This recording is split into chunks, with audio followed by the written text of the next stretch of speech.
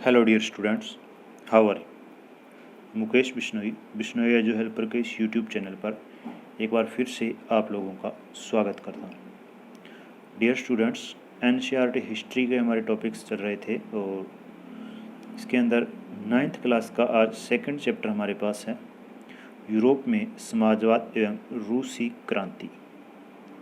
Europe में समाजवाद एवं रूसी क्रांति। इससे पहले हम लोगों ने फर्स्ट चैप्टर डिस्कस किया है और 10th क्लास का भी फर्स्ट चैप्टर डिस्कस कर चुके हैं। 8th और 7th क्लास के दो चैप्टर हो चुके हैं। इसके साथ साथ इंडियन हिस्ट्री, हरियाणा जी के, इनकी वीडियोस भी हमारी प्लेलिस्ट पर अवेलेबल है।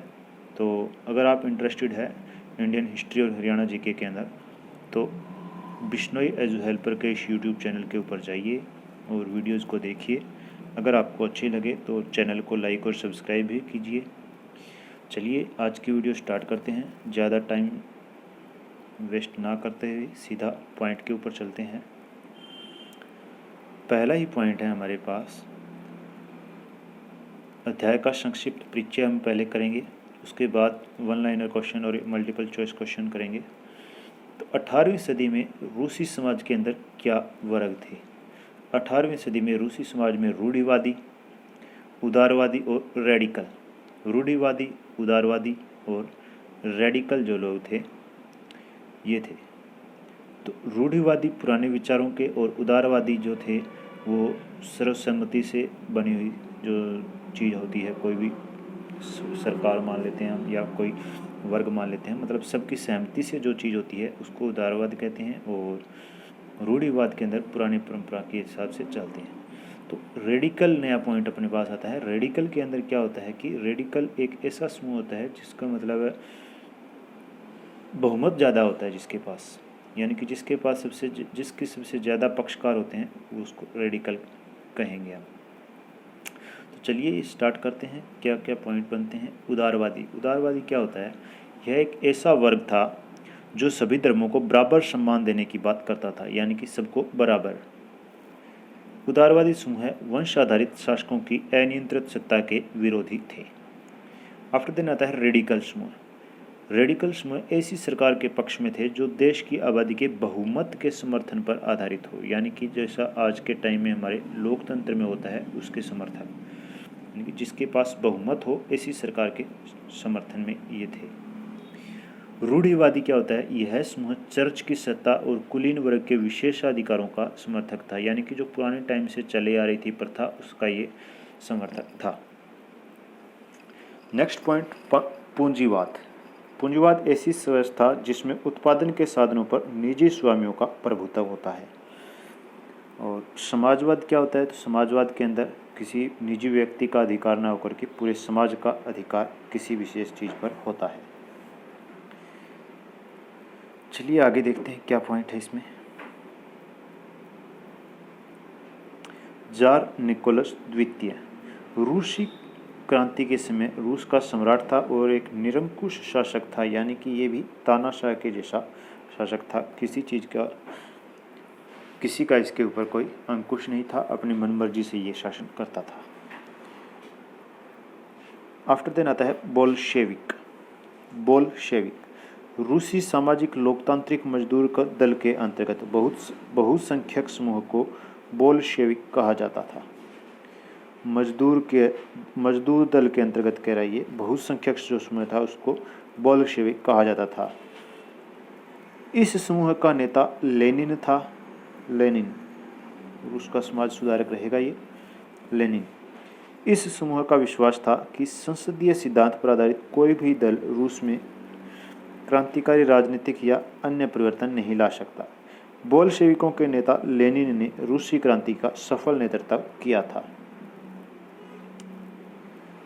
आफ्टर देन अगला पॉइंट है हमारे पास मेंशेविक। मेंशेविक रूसी सामाजिक लोकतांत्रिक मजदूर पार्टी में अल्पमत वालों को मेंशेविक कहा गया है।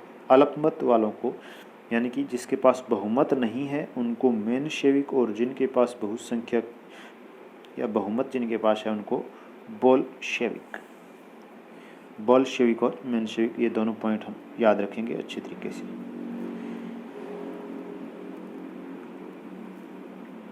सोवियत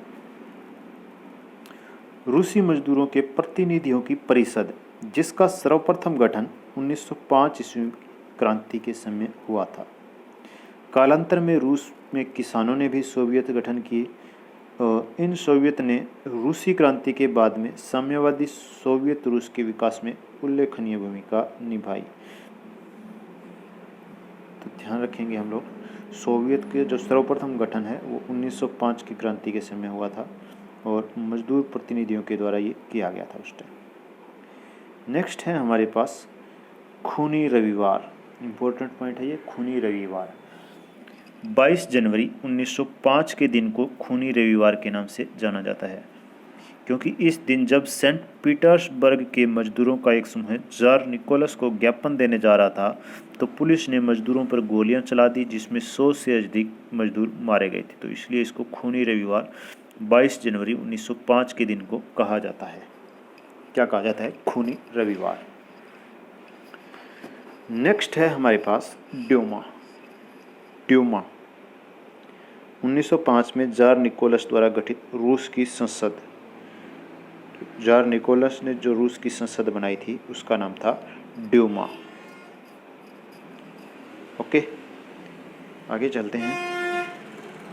प्रथम विश्व युद्ध पर रूस पर क्या प्रभाव पड़ा? प्रथम विश्व युद्ध सन 1914 में शुरू हुआ था और 18 तक ये चला था। इस युद्ध में रूस के 6 लाख से अधिक सैनिक मारे गए और जार मार्ग की भारी क्षति हुई थी। फरवरी 1917 की क्रांति। फरवरी 1917 में जार ने ड्यूमा को भंग कर दिया, यानी कि इसने संसद को भंग कर दी। बोल्शेविकों और मेनशेविकों ने इसका विरोध किया और 2 मार्च 1917 को जार निकोलस को गद्दी छोड़ने के लिए मजबूर कर दिया। नेक्स्ट पॉइंट है हमारे पास रूस में अंतरिम सरकार का गठन। 2 मार्च 1917 को जार के द्वारा त्यागपत्र दिए जाने के बाद केरेंस्की के नेतृत्व में रूस में अंतरिम सरकार का गठन हुआ। याद रखेंगे, केरेंस्की के नेतृत्व में। ये केरेंस्की कौन था, ये भी पॉइंट इम्पोर्टेंट है। लेकिन हम देखते हैं कि रूस के अंदर जो क्रांति हो रही थी उसके अंदर तो लेनिन जो मुख्य रूप से था इम्पोर्टेंट, लेकिन ये केरेंस्की कौन बीच में आ गया, तो यहाँ पर इसका पॉइंट ध्यान में रखेंगे हम। लेनिन जो था वो बहुसंख्यक समुदाय, जो मजदूर संघ का इनका बहुसंख्यक समुदाय था, उसका नेतृत्व कर रहा था। और केरेंस्की जो मेनशेविको जो था, यानी कि जो अल्पसंख्यक समुदाय था, उसका नेतृत्व कर रहा था। तो उस टाइम में लेनिन रूस के अंदर नहीं था, तो केरेंस्की जो है उसने जार निकोलस के त्यागपत्र देने के बाद शासन शुरू कर दिया था। इसने अपना शासन शुरू किया, तो ये ध्यान रखेंगे। रूस में अंतरिम सरकार का गठन कब हुआ? 2 मार्च 1917 को, और नेतृत्व किसने किया? केरेंस्की ने। आफ्टर देन है अक्टूबर 1917 की क्रांति। अप्रैल 1917 में बोल्शेविकों के नेता लेनिन रूस लौट आए। ये पहले रूस नहीं था, जब जार ने त्यागपत्र दिया था उस टाइम ये रूस में नहीं था, किसी कारण से बाहर गया हुआ था, और इसीलिए केरेंस्की जो है अंतरिम सरकार के अंदर शासक बना था। तो क्या हुआ? अप्रैल 1917 में जो लेनिन है वो रूस में लौट आए। उनके नेतृत्व में अक्टूबर 1917 में क्रांति हुई और केरेंस्की को सरकार से हटाकर लेनिन के हाथों में सत्ता आ गई थी। तो उन्होंने केरेंस्की को हटाया और लेनिन ने अपने हाथों में सत्ता ली। लेनिन कौन था? जो बोल्शेविक, जो मजदूर संघ का बहुसंख्यक दल था, उसका नेता था ये। नेक्स्ट पॉइंट, सामूहिकीकरण। यह प्रक्रिया 1929 में स्टालिन ने चलाई। किसानों की जमीन छीनकर सामूहिक खेतों, कोल खोज जिसको कहा जाता है, यानी कि बहुत से खेत एक जगह इकट्ठे करना। जो छोटे छोटे जमींदार थे उनसे ज़मीनें छीनी और एक इकट्ठा पूरा ग्रुप बना दिया खेतों का, जिसको कोल खोज कहा जाता था, यानी कि सामूहिक खेतों का निर्माण कर दिया था। रूसी क्रांति के वैश्विक प्रभाव क्या पड़े? रूसी क्रांति के कारण विश्व भर में मजदूर और कामगार वर्ग के संगठनों ने जोर पकड़ा, यानी कि जब इनकी ज़मीनें छीन ली तो ये जो छोटे छोटे मजदूर किसान थे वो काम करने वाले थे, उन्होंने फिर अपने संगठन बनाए। साम्राज्यवाद कमज़ोर हुआ और अनेक देशों में साम्यवादी सरकारों की स्थापना हुई थी। चलिए आगे चलते हैं, 1 लाइनर क्वेश्चन है हमारे पास आगे। रूसी क्रांति ने विश्व में किन विचारों को बढ़ावा दिया? तो रूसी क्रांति ने विश्व में स्वतंत्रता, समानता के विचारों को बढ़ावा दिया था। ये इतिहास हमारे को ये बताता है कि ये स्वतंत्रता, समानता, तर्क शक्ति, ये विचार रूसी क्रांति के बाद प्रचलन में आए, लेकिन ये जो विचार थे अंग्रेज़ों के आने से पहले हिंदुस्तान के अंदर ऑलरेडी थे। ये व्यवस्था हमारे स्वतंत्रता और समानता के अधिकार जो थे, ये हिंदुस्तान के इतिहास के अंदर सदियों पहले, जब मुग़लों का आना भी यहाँ नहीं हुआ था, उससे पहले तक ये चलते रहे हैं। उसके बाद में जो ये आज के टाइम में हम सोचते हैं कि दलितों के ऊपर अत्याचार होते हैं, असमानता होती है, ये बाद की बातें हैं। ये मुग़लों के और अंग्रेज़ों के आने के बाद में शुरू हुए थे। उससे पहले स्वतंत्रता और समानता थी हर जगह। 19वीं सदी में अधिकतर उद्योगों पर किसका नियंत्रण था? तो 19वीं सदी में अधिकतर उद्योगों पर निजी स्वामियों का नियंत्रण था। किस देश के समाजवादियों और मजदूरों ने मिलकर लेबर पार्टी का गठन किया? तो लेबर पार्टी का गठन इंग्लैंड के लोगों ने किया था। इंग्लैंड में समाजवादियों और मजदूरों ने मिलकर कौन सी पार्टी का गठन किया? Labour party. पेरिस कम्यून की स्थापना कब हुई? तो पेरिस कम्यून की स्थापना 1871 में हुई थी, 1871 में पेरिस कम्यून। फरवरी 1917 की क्रांति का संबंध किस देश से है? तो ये रूस के रहेगा। जब जार निकोलस को हटाया गया था, ये उस टाइम था। तो फरवरी 1917 की क्रांति रूस से संबंधित रहेगी। रूसी क्रांति के इस टाइम में रूस का सम्राट कौन था? तो जार निकोलस द्वितीय। 1917 की क्रांति के समय जार निकोलस द्वितीय जो था रूस का सम्राट रहेगा।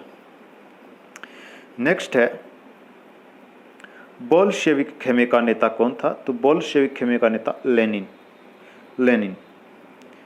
और मेंशेविक खेमे का नेता कौन रहेगा? केरेंस्की। खूनी रविवार की घटना ने किस वर्ग पर गोलियां बरसाई गई थी? तो मजदूर वर्ग के ऊपर, जो उस टाइम में जार निकोलस को ज्ञापन देने जा रहे थे, तो मार्ग में उनके ऊपर पुलिस ने गोलियां चलाई थी। रूस में ड्यूमा का गठन कब किया? जो रूसी संसद को ड्यूमा कहा गया था, जार निकोलस ने इसका गठन किया था। ये कब किया? 1905 ईस्वी में। प्रथम विश्व युद्ध कब शुरू हुआ? तो 1914 में। और ख़त्म कब हुआ था? 1918 में। किस शहर का नाम बदलकर पेट्रोग्राद रख दिया गया? तो सेंट पीटर्सबर्ग का नाम बदलकर पेट्रोग्राद रख दिया गया। जार निकोलस ने ड्यूमा को कब बर्खास्त किया? तो 25 फरवरी 1917 को बर्खास्त किया। और यहीं से फरवरी 1917 के अंदर रूसी क्रांति जो थी, हमने पढ़ा था ऊपर, वो शुरू हुई थी। और इसके बाद में जार निकोलस ने दिया था इस्तीफ़ा, और जो केरेंस्की था, मेंशेविको जो ग्रुप था, उसका लीडर था, उसने शासन संभाला था। जार निकोलस द्वितीय ने गद्दी कब छोड़ी? तो 2 मार्च 1917 को निकोलस द्वितीय ने गद्दी छोड़ दी थी। यही पॉइंट अगला है कि मार्च 1917 में अंतरिम सरकार जो किसके नेतृत्व में बनी थी? तो ये केरेंस्की के नेतृत्व में रूस में सरकार बनी थी। अप्रैल थीसिस नामक सिद्धांत किसकी देन है? अप्रैल थीसिस किसकी देन है? ये लेनिन की देन है। नेक्स्ट है, लेनिन ने पेट्रोग्राद सोवियत की सत्ता पर कब कब्जा कर लिया? तो लेनिन ने पेट्रोग्राद सोवियत की सत्ता पर 16 अक्टूबर 1917 को कब्जा किया था। ये रूस में आया और उसके बाद में इसने इस टाइम जो 1917 अक्टूबर के अंदर है, इस टाइम में जो क्रांति की एक और फिर केरेंस्की को सत्ता से हटा करके खुद सत्ता के ऊपर काबिज हुआ था। पेट्रोग्राद में बोल्शेविक विद्रोह कब हुआ? तो ये 24 अक्टूबर 1917 को हुआ था। कॉमिंटर्न का गठन कब हुआ? कॉमिंटर्न का गठन 1919 के अंदर हुआ था। रूस में सामूहिकीकरण की शुरुआत किसने की? तो रूस में सामूहिकीकरण की शुरुआत स्टालिन ने की थी। स्टालिन ने, यानी कि छोटे छोटे जो खेत थे उनको मिला करके एक बड़ा पूरा खेत बनाना। कब की थी? 1929 में। सामूहिकीकरण की शुरुआत कब हुई? 1929 में। और की किसने? स्टालिन ने। रूस में उद्योगों और बैंकों का राष्ट्रीयकरण कब कर दिया गया? 1917 में। इससे पहले ये प्राइवेट सेक्टर के अंडर थे और इनका कर दिया गया 1917 में राष्ट्रीयकरण। भारत में कम्युनिस्ट पार्टी की स्थापना किसने की? M.N. रॉय ने। किसने की? M.N. रॉय। लेनिन के बाद कम्युनिस्ट पार्टी की कमान किसने संभाली? तो लेनिन के बाद में अगला जो शासक आया कम्युनिस्ट पार्टी के अंदर शासन करने वाला, तो वो स्टालिन था। कम्युनिस्ट पार्टी का अगला लीडर स्टालिन रहेगा, जिसने सामूहिकीकरण की प्रक्रिया जो है रूस के अंदर शुरू की थी। सोवियत संघ में सबसे भयंकर अकाल कब पड़ा? तो 1930 से 33 के दौरान सबसे भयंकर अकाल पड़ा था। मेनशेविकों का नेता कौन था? केरेंस्की। कौन था? केरेंस्की। जो जॉर निकोलस के इस्तीफे के बाद में यही जो है अंतरिम सरकार का शासक बना था, केरेंस्की। आगे one liner option type question है हमारे पास। 20वीं सदी में यूरोपीय समाज में कौन सा वर्ग पाया जाता था? तो 20वीं सदी के अंदर रूढ़िवादी, परिवर्तनवादी और उदारवादी सभी पाए जाते थे, क्योंकि उस टाइम तक यूरोप के अंदर क्रांति की शुरुआत हो चुकी थी, परिवर्तनों की शुरुआत हो चुकी थी, फ्रांसीसी क्रांति के नाम से जिसको हम जानते हैं। तो ये सारे के सारे वर्ग उस टाइम में फिर 20वीं सदी के अंदर आ चुके थे। कौन सा वर्ग सभी धर्मों को बराबर सम्मान देने की बात करता है? तो उदारवादी। कौन सा समूह ऐसी सरकार के पक्ष में था जो देश की आबादी के बहुमत के आधार पर हो? बहुमत के आधार पर हो तो रेडिकल समूह। गिसेप्पे मेजिनी। गिसेप्पे मेजिनी किस देश का था? तो ये इटली से रहेगा। मेजिनी जो भी आएगा इटली के अंदर रहेगा।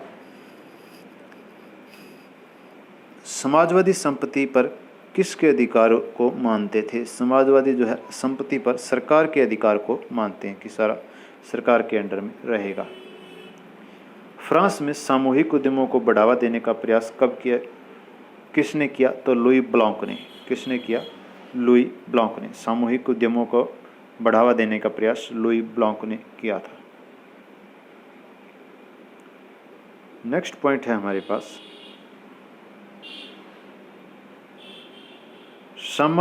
साम्यवादी समाज की स्थापना किसने की? साम्यवादी समाज किसने की?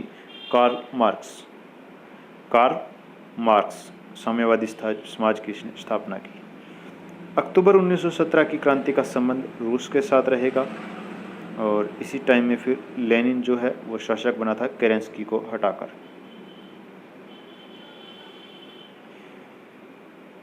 20वीं सदी के शुरुआत में रूस में कितने प्रतिशत आबादी आजीविका के लिए खेती पर निर्भर थी? 85%। लगभग सारी आबादी खेती के ऊपर निर्भर थी उस टाइम में। रूस में अधिकतर कारखाने कब शुरू हुए? 1890 के दशक में शुरू हुए।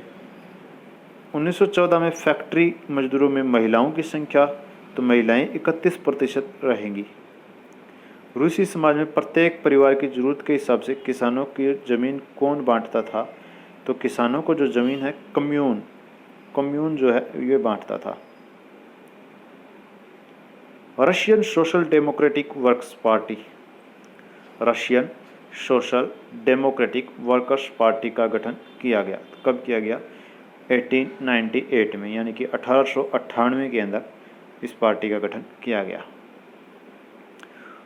रूस में समाजवादी क्रांतिकारी का पार्टी का गठन किया गया तो 1900 के अंदर।